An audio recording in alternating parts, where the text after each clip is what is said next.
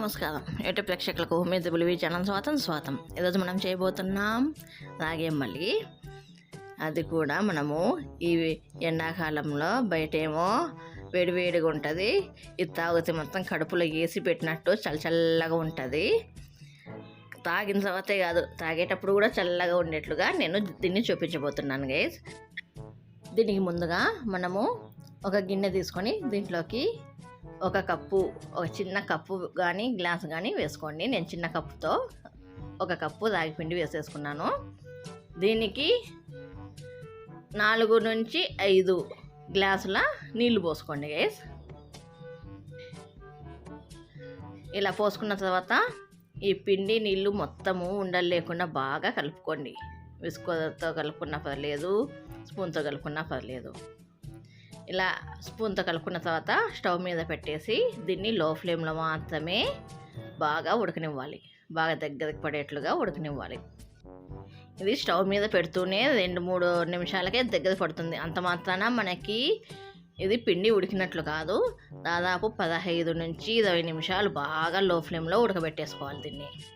అప్పుడే మనకి ఈ రాగి అంబలి తాగినప్పుడు టేస్ట్ వచ్చేది, అలాగే కడుపు కూడా నయ్యకుండా ఉంటుంది. మనము గట్టి పడతానే మనం దింపేసుకుంటే కడుపు మాత్రం ఖచ్చితంగా నస్తుంది. కాబట్టి 15 నుంచి 20 నిమిషాలు బాగా లో ఫ్లేమ్లో ఉడకబెట్టేసుకోవాలి. ఇది కలర్ కూడా బాగా చేంజ్ అవుతుంది చూడండి గైస్. ఇలా బాగా లో ఫ్లేమ్లో 20 నిమిషాలు ఉడకబెట్టుకున్న తర్వాత స్టవ్ ఆఫ్ చేసుకొని దీన్ని బాగా చల్లారనివ్వాలి. ఇదంతా బాగా చల్లారిన తర్వాత ఈ రాగి మిశ్రమాన్ని అంతా ఒక కుండలోకి తీసేసుకోవాలి. ఇలా ఒక కుండలోకి తీసేసుకోవాలి. చూడండి గైస్ ఎంత గట్టి పడిందో మనకి. ఇలా కుండలోకి తీసుకున్న తర్వాత ఈ పిండి మునిగి తేలేంత వరకు నీళ్లు పోసుకొని ఓవర్ నైట్ అంతా అలాగే వదిలేసేయాలి. ఇలా వదిలేయడం వల్ల మనకి దీంట్లోకి మంచి బ్యాక్టీరియా చేరుతుంది.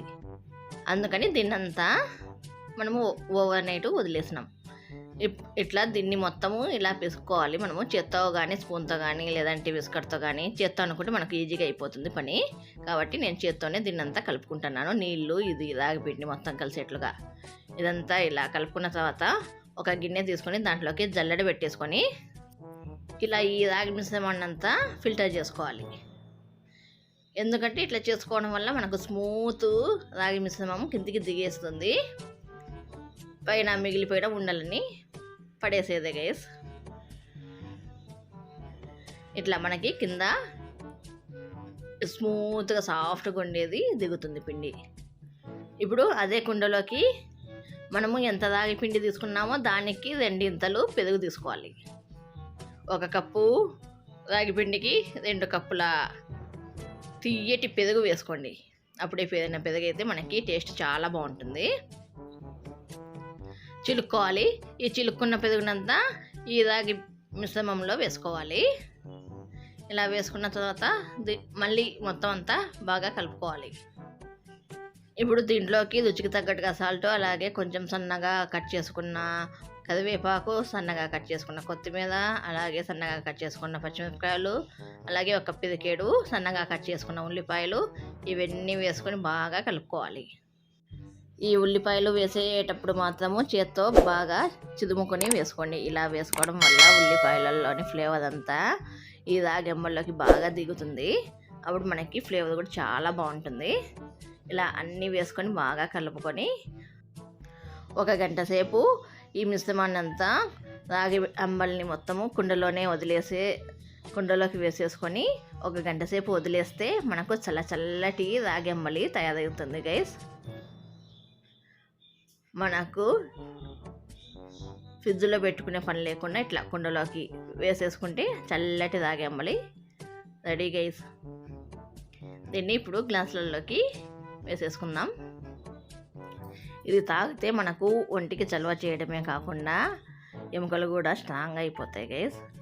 ముఖ్యంగా ఎదిగే పిల్లలకి బాగా ఇవ్వండి. ఈ రాగి అంబలిని ఎక్కువగా మనం వేసవికాలంలోనే తీసుకుంటూ ఉంటాం కదా గైస్. అలా కాకుండా వారానికి ఒకసారి అట్లా చేసుకున్నా కూడా ఆరోగ్యానికి కూడా చాలా మంచిది. ఈ వీడియో కనుక మీకు నచ్చితే మీ ఫ్రెండ్స్ అండ్ ఫ్యామిలీ మెంబర్స్కి షేర్ చేయండి గైస్. ఈ వీడియో కింద గైస్, ఈ వీడియో కనుక మీకు నచ్చినట్లయితే please like, share, subscribe, comment and గంటను ఆన్లో పెట్టుకోండి గైస్. ఈ వీడియో కింద గైస్. బాయ్.